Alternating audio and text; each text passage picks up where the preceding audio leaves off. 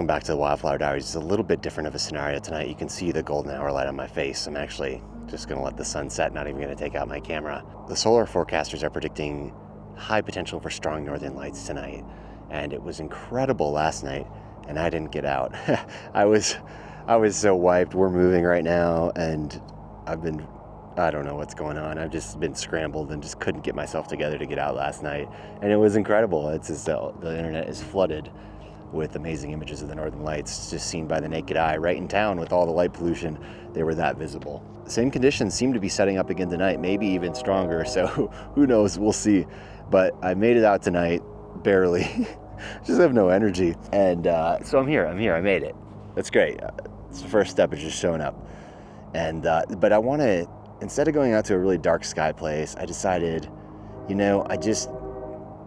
I want to make an with as strong as this forecast is for the northern lights, there's potential for activity directly overhead over Missoula, and that's a very, very, very unique and rare thing. So I want to see if I can make an image with Missoula and some wildflowers with northern lights. That's kind of the goal. So I'm up here just as the sun is setting. It is literally just going behind the mountains right now. My objective for the moment through Blue Hour is just to find some potential compositions in different directions that would work depending on where the northern lights are going off. Last night, it looked like they were going off in every direction. So that's incredible, because then it opens up all sorts of cool opportunities. I don't just have to point the camera north, which is actually probably one of the least interesting compositions from this point. My hope is really that they're strong enough that I can get a really good view of them overhead over Missoula, looking down the river with some wildflowers or something in the foreground. But I got to scout that out and figure it out. I don't really know yet. And who knows, some clouds might move in. Right now it's looking pretty good. They may not happen. It's lots of ifs tonight. But I showed up. Step one complete. Step two now is just to scout out some compositions and see if I can find some options depending on what happens with the lights. So that's the plan. Let's start looking around here.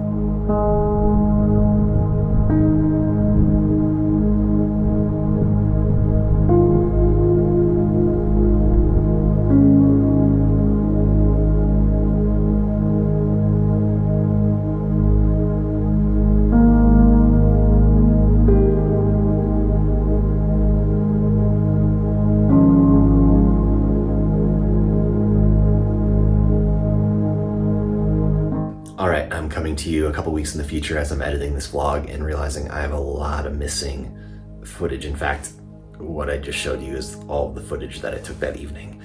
Because what happened was, my wife Linz came up and joined me on the perch overlooking Missoula, and we just sat there talking for a little while, and all of a sudden, out of the corner of my eye, I noticed a little green shimmer on the horizon, and sure enough, it was the northern lights. And then above, overhead, even with all the light pollution in Missoula, we saw some magentas and reds started to dance around a little bit above us. It was unbelievable for having all that light pollution around.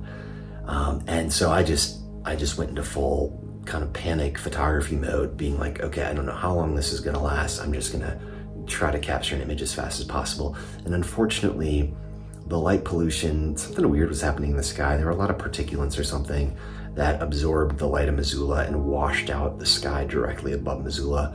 But they looked good. The northern lights looked good looking north over Mount Jumbo and the Rattlesnake Valley in East Missoula. So fortunately, I was really close to that perch that I was at in the last video with the Buttercup overlooking Hellgate Canyon.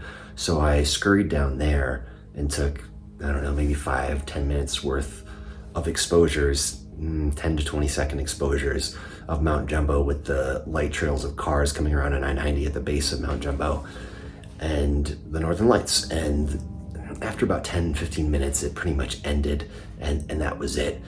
And in all the hustle and bustle and excitement, I didn't record any more video, and instead just ended up with an image of the northern lights over Mount Jumbo and East Missoula and the Rattlesnake Valley. So I don't have any more footage, so I'm gonna leave you with the final image from that evening of my shoot of the northern lights over Mount Jumbo. Thank you so much for watching. Have a great day. We'll see you next time. Bye.